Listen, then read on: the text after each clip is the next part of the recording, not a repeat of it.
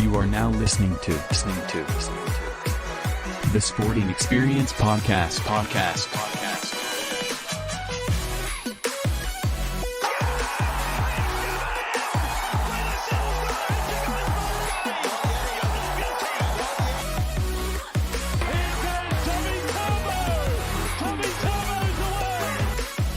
Don't blush, baby. G'day guys, welcome to episode 1 of the Sporting Experience Podcast. In this podcast series, we'll be delving into the lives of professional athletes, semi-professional athletes, and even amateur athletes. So no matter what level of sport they play, we want to hear their sporting experiences. So sit back, relax, and enjoy the show because we have plenty of stories to delve into. On today's episode, we have ex-New South Wales and Sydney Thunder player, Jay Lenton. Today we talk about Jay's childhood, how he got into cricket, the impact Phil Hughes made on the cricketing world, and what it's like to play with the absolute superstars of the game. Had a really good chat with Jay. I thoroughly enjoyed it. He's a ripper of a bloke, so I hope you guys enjoy it too. Enjoy the podcast.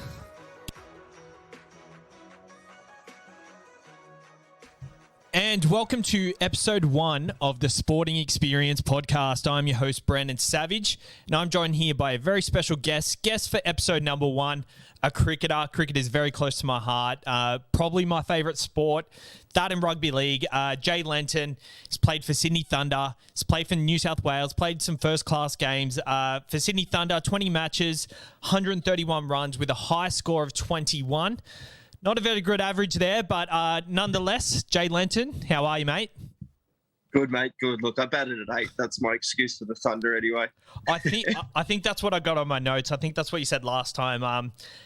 Averaging pretty poorly, but batting at number 7 or 8. So the 30 matches is you're there as a keeper, I guess. So exactly.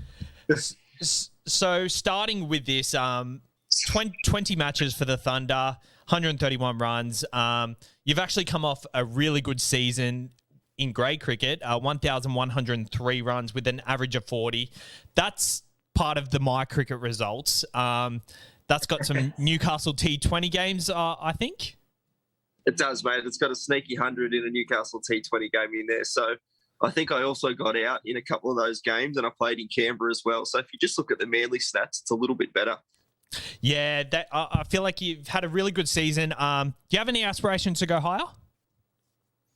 Look, I'm 30 now, so 30 is pretty old in cricket terms, apparently.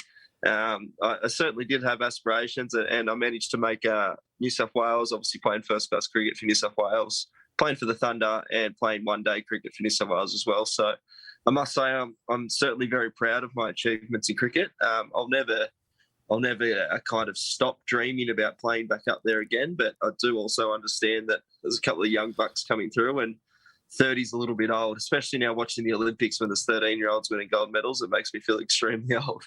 Do you feel like you're at the top of your game, though? Like, I feel like watching you over the past few seasons, you've been really consistent this season compared to others. Like, you scored, 3 tons in a row leading into the finals? Yeah, this year was actually my first full year of cricket at Manly. So that I've been at Manly now for 5-6 seasons, and this is the first time I've actually played every game for Manly. Purely been in and out of Thunder squads, Blues squads, whatever that might be in the last couple of years. So yeah, I certainly felt that this year was probably one of my better years of grade cricket. Also captain of Manly, so that puts a little bit more, not an added pressure, but something that I really like to tackle front on and lead from the front a little bit. And we've got some high quality players at Manly. Obviously, we've got the Edwards boys, Ollie Davies, Stephen O'Keefe, Mornay Morkel had a little dabble for us this year. So just when those guys kind of leave for Big Bash, I always knew that when I left for Big Bash, I wasn't necessarily leaving a hole, but it's certainly a different side when you lose 4 or 5 of you guys that play consistently. So that was my goal this year, was to really step up during that time. I noticed you missed out a key name there, Ryan Hadley. Yeah, I did. Look, Hads was going to be mentioned later in this little episode because I know how close you guys are and we all are. So, look, Hads is one of the better up and coming bowlers going around. We will talk some praise for a little bit for him. He'll play first class cricket, and then in the next couple of years, he's got a good head on his shoulders. He's matured a lot. He's bowling fast, so we do like to take the piss out of him a little bit, and I'm sure we will. But on a serious note, he certainly will go pretty high in cricket, I think.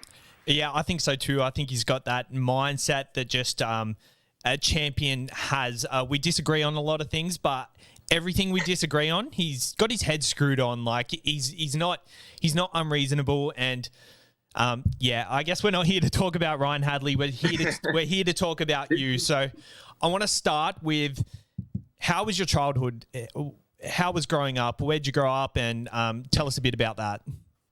Yeah, I'm from the Central Coast, just north of Sydney, about 90 minutes north of Sydney and 90 minutes north of where I'm living now, down in the northern beaches. I grew up as a swimmer, actually. So currently sitting here, if you see me, you see my eyes just sneaking a little bit. That's me watching the 4x200 relay at the moment. So I was a swimmer for the first kind of 10 to 12 years of my life. My dad's a level 3 swim coach. He's a surf life-saving coach as well. So he kind of delved in the Kai Hursts of the world. He had a little bit to do with Grant Hackett around the time of the Sydney Olympics. So that's where my background was. And I was a pretty good swimmer. Won a few national titles as a kid. I know it's only kind of that 8, 9, 10 years of age, but that was, I guess, what I thought I was going to do. And swimming's quite a young sport. So at that stage, I thought I was going to be a swimmer. Things happen in life, and my parents split up when I was 8. And a couple of years of living with mum, still swimming, but living with mum. And then mum met my stepdad, who played cricket. So my brother kind of got into cricket. He and I just followed him down. My brother's 6 years older than I am. I went down to a couple of his training sessions, and as you do as the younger brother, try and always play above your average and play above your age a little bit, and try and show off as a kid. And I think I joined a fielding session with, it might have been his under 15s or under 16s teams, one of his last years of junior cricket. And I joined a fielding session and took a couple of good catches and kind of got the attention of a couple of people just mucking around. And I guess that's where my love for cricket came, because I felt like I had something half decent there. And then jumped in and joined a cricket club straight after that. So that's probably my early stage of my childhood. Played first grade cricket on the Central Coast for a team called Tukley when I was 13. So I debuted when I was 13. I thought that was pretty good for a 13-year-old, but the two skaters that have just won gold, that's definitely outshone me as a 13-year-old. And then kind of played 4 years of grade cricket on the Central Coast. Played representative junior cricket for the Central Coast, but I never made a 17s or a 19s Central Coast open side. Yeah. Which didn't deter me, but it kind of, I guess it brought me back from the pack a little bit and made me think that maybe I couldn't make it in men's cricket after playing men's cricket for so long. I was 17. I'd had 4 years experience playing men's cricket. So I kind of thought to myself, oh, maybe I'm not that good, or not as good as what kind of people put some impressions in your head because you are the kid that's playing first grade cricket. So I played a Sydney North, I think it used to be called, it might still be called Sydney North PWSA schools comp in year 12. Year 11. You can't play when you're in year 12, but year 11. And one of the kids I played with, his old man, Doug Cole, was from North Sydney Cricket Club down here in Sydney. So the Central Coast kind of half and half with the northern end of the Sydney schools. And he just said, look, come down and have a crack in Sydney. See how you go. Well, North Sydney notoriously probably wasn't the greatest club. So it gave me a little bit of an opportunity to play a higher grade, I guess you could say. Not saying that they're not a good club. They've certainly turned things around and certainly had some great times there. But so I started in second grade for North Sydney when I was 18. Made the move to play in Sydney when I was 18. Didn't move to Sydney though. Stayed on the coast. Worked at a golf course up on the coast just as a bit of part-time stuff. And I was doing some uni work down here at ACPE in Sydney as well.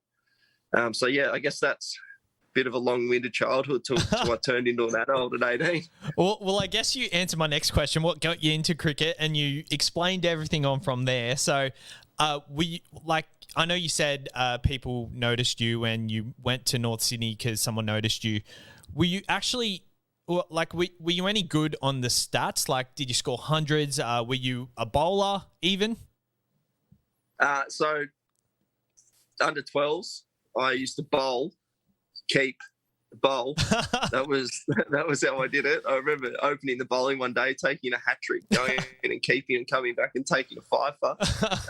So that was when I was quite young. But no, so there's a bit of a running joke with my brother and a couple of his mates up there that I've never actually scored 100 on the Central Coast. Oh, so really? I played 4 years of cricket in men's cricket, played all my junior cricket on the coast, didn't score 100. So I was always that typical keeper, though. Yeah. As you mentioned at the start, bit of it with the Thunder. Like I batted 7 and 8 when I was on the coast as well. So I was always just the guy that had pretty good gloves that could bat a little bit. And it wasn't until I really moved to Sydney that things started to change in that regard.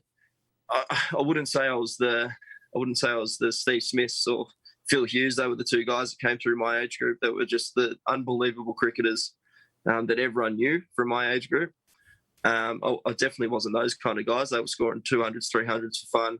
I was just the steady cricketer that I guess thankfully got asked to come down to Sydney and got a crack. It's funny looking back at your early career now, and I never used to believe it back then, but one of my coaches on the coast said that I would get better with the better competition. So I was that kind of cricketer. I would kind of adapt to what was around me, and looking back, I guess you could say that's probably how I describe myself now. I probably adapted to what's around me, and probably the reason why I did eventually get to make it to first class level. Yeah, so you mentioned all the guns with the batting and everything. Once you realised you moved to Sydney, did you really have to work on your batting to try and progress to that next step? Because obviously the keeper has developed these days, and everyone who's a keeper really needs to bat as well. So did you have to work really hard at that? Yeah, it was, I think the second or third game of second grade in Sydney, we played Mossman up at Bon Andrews Oval, number 2 oval up at North Sydney. And I remember Mossman would have only got 110, 109 maybe. And I was down to bat 5 at the time. So I was pretty excited to go and bat 5 and kind of have my first taste of batting in the top order. Yep. Due to some circumstances, I ended up batting 10. And I ended up coming in at 8 for 50 something. I'd batted 10. And then we lost another wicket. And one of my best mates now, Nick Bills, batted 11. And that was probably the first time that it proved to myself that I need to be a batter. I remember getting 70-odd not out at 10, and Billsy got 20-odd not out. We won. But it was the first time that I thought, nah, I don't want to do this anymore. I don't want to just have people push me down purely because they can. There was nothing to say that I could bat. There was nothing to say that I should have batted 5. They were just giving me a go. So, look, I probably would have done it too. I'm a captain now, and if I see someone like me in the team and I really need to win, we're struggling, they're just tactics in it. So it was probably that day that I thought, yeah, I need to learn how to bat long periods of time. I think I used to be the guy that wanted to hit the ball pretty hard. Back in that day, I thought, if I hit sixes, that's my job at 7 or 8. So, yeah, that was really the turning point for me. But as you say, I think Adam Gilchrist revolutionised wicket keepers for everyone. It wasn't just Ian Healy's who, don't get me wrong, Ian Healy's still a fantastic batter. He scored test hundreds, but he wasn't renowned for his batting. Like he was renowned for his wicket keeping, and he was one of the best, if not the best, gloveman that we've had. So yeah, when Adam Gilchrist kind of revolutionised wicket keeping in that early 2000s, I think that's when it became, if you can bat and you can catch them, it's a bonus, rather than if you're the best gloveman and you can bat, it's a bonus. Yeah, I agree. Going back to your Sydney Thunder career and batting number 7, 8. So it's pretty much been a consistent thing throughout your career. One thing I want to know from a personal level, I know when I get pushed down the order in a match where you really think it's your time to shine, do you get, I don't want to say get annoyed, but like in yourself, are you like, I can do this, I can save the game for the guys? Is it frustrating constantly getting pushed down the order when you know you got the ability? Yeah, a little bit. I was okay though at the Thunder because I had a role, which was clearly kind of spaced out to me, which is not everyone gets that. I think it's a lot of people say, okay, you batted 7, 8. So were you not considered in one of the top 7 or 8 batters? But I don't think the two coaches that I had at Thunder, Shane Bond and Paddy Upton, they gave me clear roles, and I was the guy to come in late to clear the fence. That was my role because they knew that I could hit sixes late. So that's specifically where I batted. And the lineups of teams that I played with at the Thunder, I actually opened in a trial in BBL 8, I reckon it was, against the Melbourne Stars down at Albury in Lavington Oval, in Albury. And I think I was 65 not out off the 20 overs, and we won the match. And so after that, I kind of got promoted a little bit. There was a couple of times during the Big Bash that I was going to open if we batted first, kind of thing. Like, it's a very tactical game, as you know, and as majority of the guys that are listening to this probably know. T20 is so tactical these days. So there was times that if we batted first, I was going to open. Unfortunately, that never happened. I did bat 4 in a Big Bash game, though, which was awesome because it meant I got the bat in the power play. That's where I'm used to batting. For Manly, that's where I've kind of always batted in T20 cricket and club cricket. And that was one of my better innings. I think it was 23 or 24, if not many. Hit Dwayne Bravo for back-to-back sixes, got the bat with Shane Watson. Like, that was kind of, it settled me down a little bit in the Big Bash. And it made me realise that I probably did belong here with the bat, not just the gloves. And I guess it showed because they signed me again after that year. That was the last game of the year. So they signed me after that. So, yeah, the Thunder, I knew my role. Although there's times where I would have loved to have batted higher, obviously, because I'm a kind of as a top order batter. But yeah, I definitely knew my role at Thunder. Probably from a club cricket perspective, since moving to Manly, I've always been a senior player, I guess you could say. So I've actually felt the need to manipulate myself from a team point of view more. Obviously, I'd love to bat 3 everywhere. That's just where I'd love to bat. But when you've got Jack Edwards, Ollie Davies, Joel Davies coming through, like, these guys, they're the next generation. So as much as we want them at Manly, when they're playing for Manly, they need to bat high. They need to bat in the top 4 or 5 to prove themselves because they're some of the best cricketers in the state. So, yeah, I've fluctuated a little bit with where I bat in the last couple of years at Manly, which is fine with me. It's just about knowing my role that day. Obviously, we've seen Ollie Davies light up the BBL just the summer just gone. So it's really good to see a senior player, senior captain accommodating for players like that, because we know there's clubs out there where the older players are constantly blocking the talent coming through. And this is why certain players move clubs and stuff like that, I guess. Playing in a system like that, if you were younger with the talent you have now, do you think your career would have been different? So say if you were turning 20 instead of turning 30, do you think your career would have panned out different? Yeah, probably. I was late to the professional scene anyway. I was 23 when I got my first contract. Well, Ollie's still got 3 years before he gets to 23. So yeah, I was 23 when I got my first contract. Didn't really learn how to play first-class cricket until I was 25, and then at 25 when I debuted, I was probably still a bit naive and a bit immature for first-class level. And then got my second crack at one-day cricket for New South Wales when I was 28. So that was probably the peak of when I actually got it. I understood what was happening, and obviously my Big Bash career spanned from when I was 27 through to 29, 30. So yeah, if I had the knowledge, I guess, not necessarily. I think I always had the ability. I just probably didn't know how to express it when I was a younger player. But if I had the knowledge and kind of the game sense about how to go it, yeah, I think my career would have been a little bit different. In saying that, though, I don't think I'd change my career. I know statistically it only says 20 games, 4 one-day games and 3 first-class games. But I had to do it a little bit differently to what some have.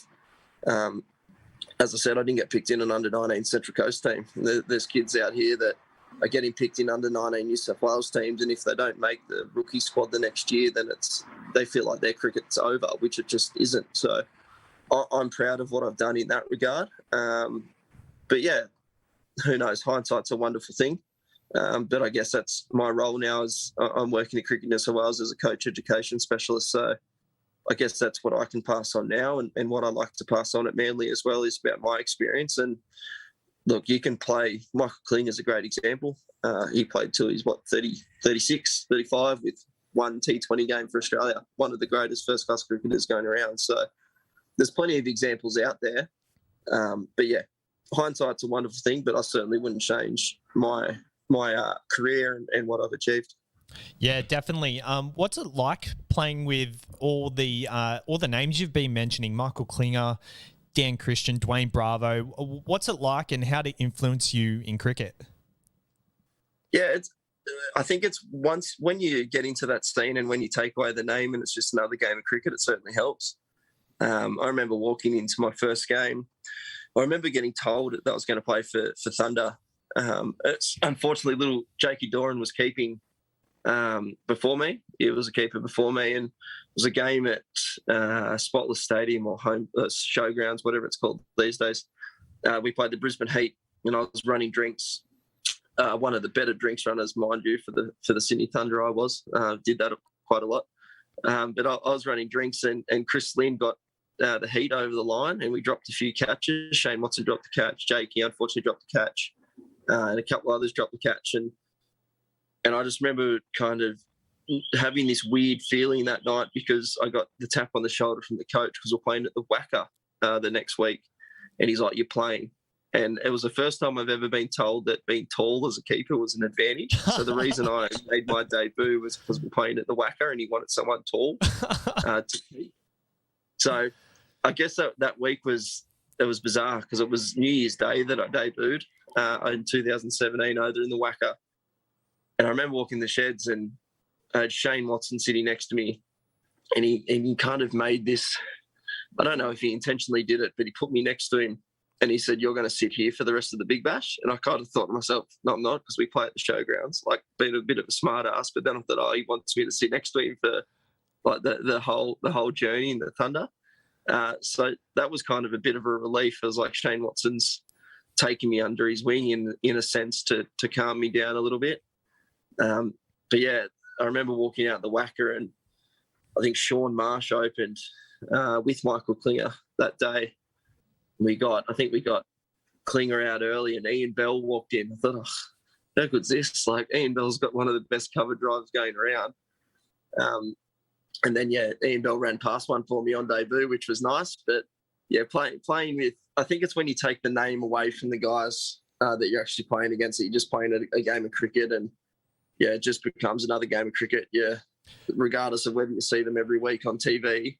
It's just another game of cricket, but it's certainly hard to overcome to start, especially when you're at the Wacker and look, crowds were a thing of the past, but there were some hostile guys at the Wacker. I guess speaking about like all them type of players, was there anyone that got you absolutely starstruck? I think I remember that the game I mentioned before where I batted 4 against the Renegades, they had Bravo and Pollard. Probably wasn't starstruck as much, but geez, they were intimidating on the field. Like, they just walk around with such confidence. Yeah, they have this confidence, they have this aura. They stand up with their chest out. They walk around. They kind of, they might, yes, they're two of the better cricketers ever to play the T20 game, especially. They might necessarily have you on the day, but I think they know that they get in your head a little bit, especially the less experienced guys. Andre Russell, no, that was pretty cool. So my debut at the Wacker, Andre Russell and Pat Cummings, they were the two guys I was keeping to at the Wacker, and I was literally taking balls on the ring. I was keeping on the ring. So they were, yeah, that was probably the biggest starstruck moment. Was, holy crap, I'm keeping to Pat Cummins and Andre Russell, and I've turned around and fine legs 15 metres away from me, and the batter's 45 metres away from me. Okay, I guess let's move on from that. You came on to the scene in 2015-ish. That was just a little bit after the Phil Hughes tragedy. I guess you were around the system during that during that time. How did that really affect the players around you and affect cricket? Because I know, just as not a casual fan, a diehard fan of cricket, that impacted me so much, like more than any death I've witnessed in my life, really. It was such a dark period for cricket. Like, I played park cricket that weekend, and there was spray painting all over the field saying Phil Hughes 408. How did that impact your colleagues in the cricket world, and how did that impact cricket, do you think? Oh, it was obviously shocking. It was just so. I was actually there. Mickey Edwards and I were at the ground on the day, just sitting in the crowd because we were training, and we just went down to the SCG just to watch it. It's kind of one of those moments that you obviously want to try and forget, but you just never forget because it was just eerie. It was just an eerie feeling around the ground. No one really knew what had happened, and then all of a sudden, obviously, you hear things, and it was such a tough period. How some of those guys got through it, like Sean Abbott, he's been a teammate, he's been a mate, and how he got through that, how he did, was just incredible. Like to get back on and play cricket and deal with it how he did and handle it. Like he had, as you can imagine, there's people out there that say the worst things ever, and he just handled that incredibly. So did all of them, really. Anyone that was on the field. It was tough. It was a tough few months, rest of the year. Like it was something that's never going to go away. Not that that's what you want to say. You don't want to say, I just wish it would go away, but it's something that always kind of comes back up. And it took a lot of the boys a lot of time to really get back on their feet. I still, as a diehard fan, I still think about it so often, and it comes up in my head like just very often. So I can't imagine what you guys went through being there and the people on the field, and hats off to Sean Abbott to be able to get through that, because that's something where you don't blame him if he gives up, because like it's definitely not his fault or anything, but it's just traumatizing. Even the people on the field, like how you can go through that, and coming back to play cricket after that, when the New Zealand and I think it was New Zealand and England or New Zealand and India, they played a couple of days after that, and it just didn't feel right at all, didn't it? No, there was, to be honest with you, I don't think it felt right for a while. I remember I was playing for Manly that year, just a couple of days after it, and it was, obviously everything was suspended. We were playing Hawkesbury down here at Manly Oval. And I don't really think anyone wanted to play. Like it just, as you say it, regardless whether you're there, you're playing, or whether you're just a cricket tragic, it just took everyone by shock. Like it just completely took everyone aback. And I think it took quite a while for people to actually not, I don't think people didn't want to play cricket, but I think it was just that time where everyone just needed to relax and just sit back and go, what's happened here? Like this is surreal. So it was a very tough time for a lot of boys. Obviously, I could sit here and say it was a tough time for me, but some of the guys that were playing that knew him so well, it was tough to see them go through what they went through. Yeah, absolutely terrible, and I think he'll be in our thoughts forever. I guess we'll move on from the depression of this conversation, but I guess we'll go to a bit of a lighter situation. What's been your funniest memory throughout cricket? Funniest memory? A lot of them happen off the field, obviously. Like obviously. But as you know, though, like you create mates for life in cricket. I know it's a bit of a cliche term, but that's just what happens. Like you create all your mates through cricket, and cricket all of a sudden becomes a bit of a, oh crap, we're playing cricket on the weekend together as well. Like that, and that's kind of what you want. Like that's the way that you want to play. Is you want to play with your mates all the time. One of the funnier things that's ever happened on the field, playing first game of grade cricket in Sydney, actually, North Sydney versus Manly, of all teams. We played Manly. One of the older guys playing for Manly at the time in second grade got hit in what everyone sees as the funny side of things, unless you're that person at the time. And it actually split him. Oh, it was quite bad.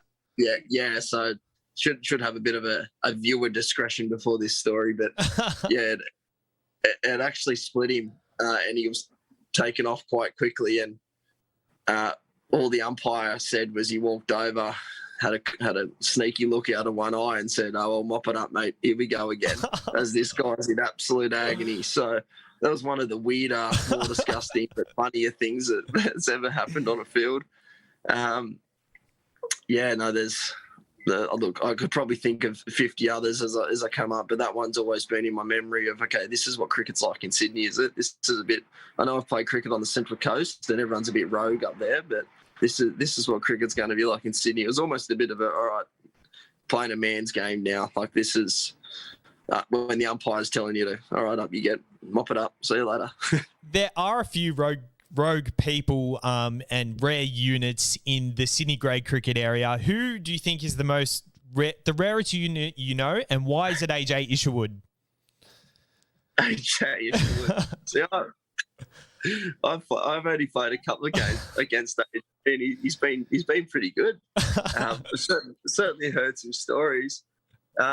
I think cricket just attracts rare blokes, doesn't it? Like, some people probably think I'm a rare unit at times. I think most wicket keepers are rare units. Like, if I walked in, I had no idea about cricket, and I saw the way that I put my dressing room together, geez, I'd have serious concerns about me. There's gloves numbered, there's everything. But look, there's a couple of guys out there that are hilarious. Like Stephen O'Keefe, he's hilarious to play with. He's one of the most competitive guys I've ever played with. That's why he's been so successful, is how competitive he is in his nature. But, geez, he's funny to play with. Like, he's sometimes he borderlines going over the top, but he always seems to bring it back and give everyone a laugh. He's certainly not the rarest that I've seen, though. I've heard a bit about him and heard some interviews with him, and he's not a rare unit. He's just a funny bloke. He's so funny. He's just funny. He's full of energy, full of life. Probably the best thing that happened to Manly last year is that Sock committed all year to playing for Manly. Like, seriously, he got through. Like, he's a bit older than me, and he showed last year how good he is in the Big Bash still. Like, he absolutely dominated the Big Bash. So, but he's the kind of guy that I reckon win at all costs kind of used to be the way he got through it, and that's why he played Test cricket for Australia, because he was so good at how competitive he was. And he admits that he didn't have the attributes, he didn't have the skills, but he worked so hard to be so good for it. But last year he was just so good around the group. Like, you got a Test cricketer in there that wants to go down and bowl with you on a Tuesday at 4:00. Like, not many people do that. Yeah, it's simple as that. So, yeah, he's probably one of the funnier guys. And most competitive cricketers I've played with. It's actually, you sit there and as a captain, I didn't know how to deal with it. I kind of just said, all right, Sock, when you're bowling, you run the show. I think that was the best way for everyone, really. Like, it was, a couple of people said, oh, who captains this side, Sock or you? I said, well, I do, but Sock does when he bowls, because it's not like I'm going to tell Stephen O'Keefe that I'm going to set his fields. Like, he knows what he's doing. Yeah, exactly. So no more rare units on the grade cricket scene that we could keep an eye out for? Oh, mate, look, you could probably say that I'll call Hads one of the rarest units. No, it's Hads certainly isn't. There's a couple of boys out there, I think, some interesting things that go on, but look, I'm a bit past that now, so I just kind of laugh at them. All right. I guess speaking about rare units, I wanted to bring this up. How much does My Cricket Stats deal with social status? So I know there was a guy who, one of our mates, Timmy, he's actually coming first in Supercoach at the moment. He was complaining about some guy that was giving him grief.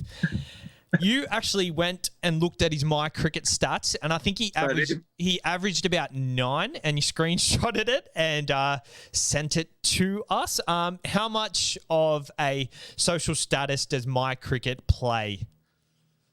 I reckon 5-6 years ago, absolutely zero. But since the introduction of the grade cricketer, what an unbelievable forum the grade cricketer is.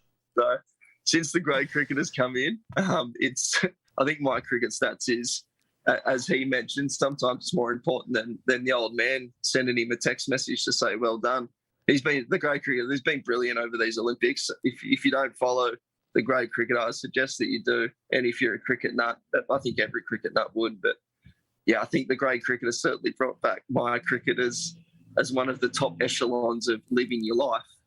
They've definitely peeled back the surface of every single cricketer ever, whether you're a park cricketer or a grade cricketer.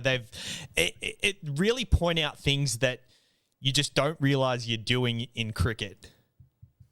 Oh yeah, they certainly do.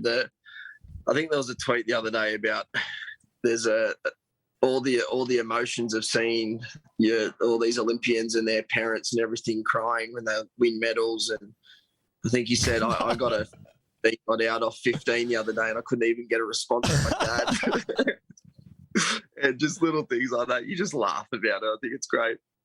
Yeah, it's very good. I guess let's move on from cricket. We'll finish up quickly. Your wife. How did you meet her? Yep. And how has that changed your life? Obviously, you've got a kid. Yeah. So Gem's from the Central Coast as well. My wife Gemma. So we kind of knew each other. I actually met her in school, but didn't really talk to her until out of school. Yep. One of those ones.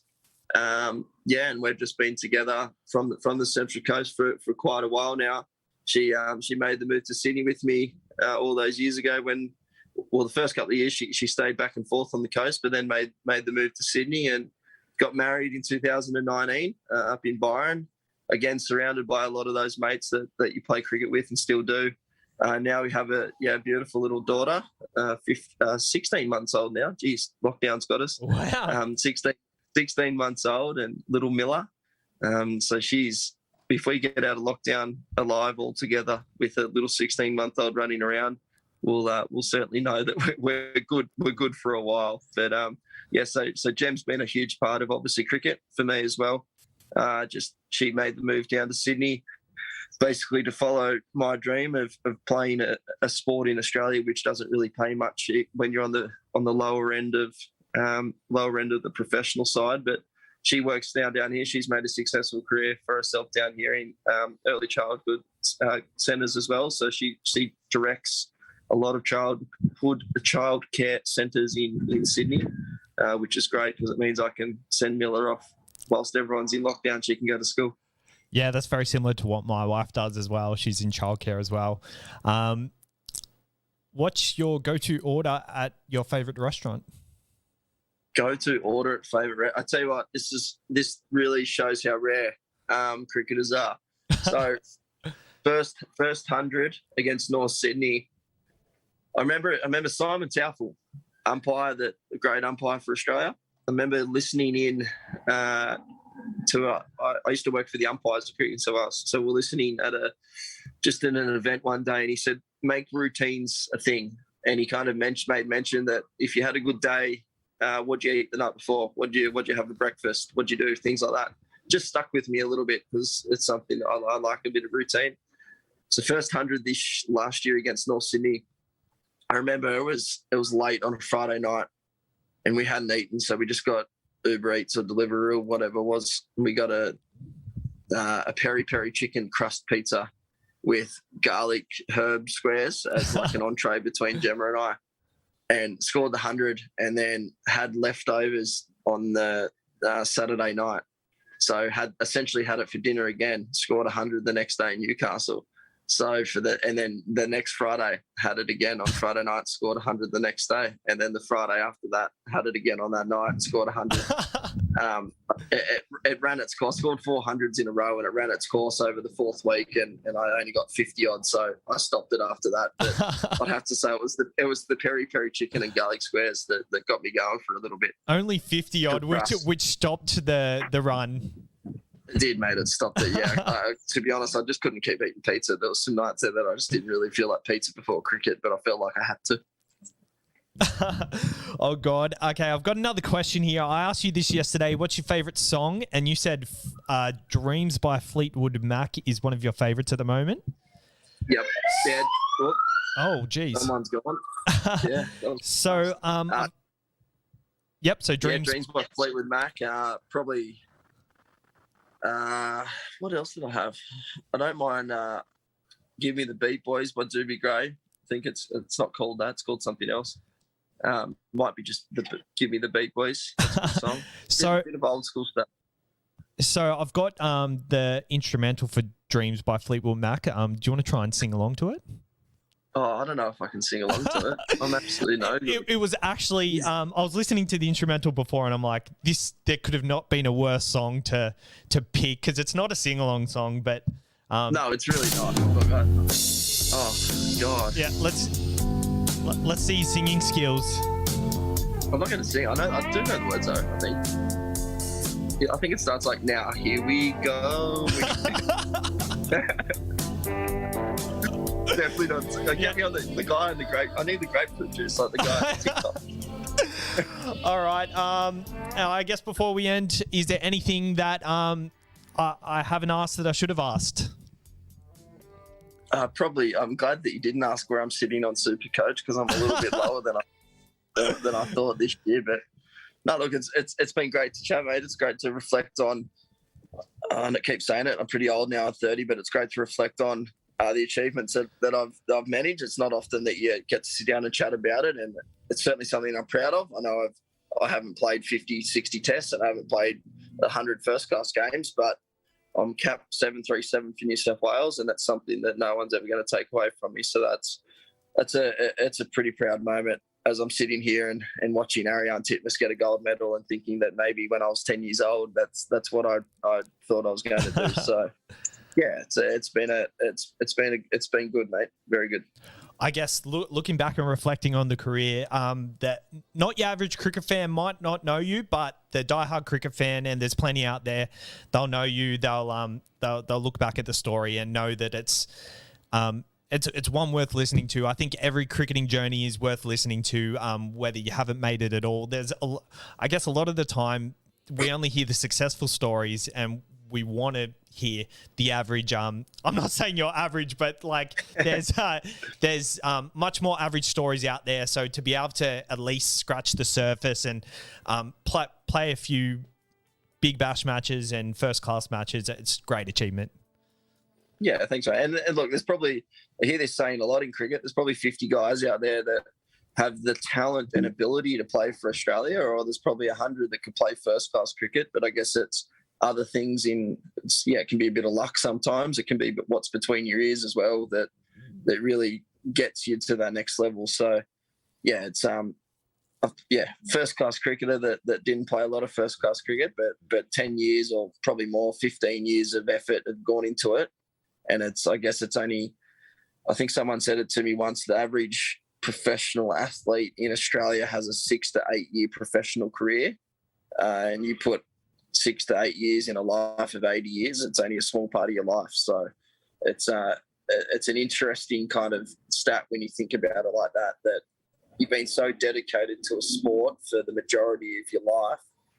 That's coming more to an end, and you're only 30 and you've got so much more to look forward to. So if I can provide any advice for anyone that may be listening to this out there, just remember that. Remember to enjoy everything else whilst you're doing it. You're going to be a professional if you become a professional majority of your 20s. That's some of your best times of your life. So enjoy what comes with being a professional cricketer if you make it, but also enjoy other things outside of what you're trying to achieve. Yeah, and, work hard and be a good bloke. And you've got a job on the other side of it as well with Cricket New South Wales. So that's really dealt in your favour. So being a good bloke and just helping where you can will definitely get you far. And we can tell you're a very good bloke, and it's why you've got to where you are. No, thank you, mate. Much appreciated. And yeah, working for Cricket New South Wales. So any coaches out there that might be listening to this, I'm your guy in Cricket New South Wales at the moment. Come to me. I think Emu Plains under 8s is looking for a coach, so I'll send them. I'll get someone. I'll send them your way. All right, thanks for coming on, and that's episode 1 of the Sporting Experience podcast. Thank you for coming on. No, thanks, guys. Thank you so much, Sabs, for having me. Episode 1, it's exciting that I've got the number 1 next to my name there, but I'm sure you're going to attract some incredible sports people, and I really hope you do. So good luck with it, mate. I've already got some decent people lined up, so and I've got some not decent people lined up. So so I think it's gonna be a very good journey. So thanks for coming on. Thanks for being the first episode. I couldn't have thought of anyone better. So cheers for that. Awesome. Thanks, mate.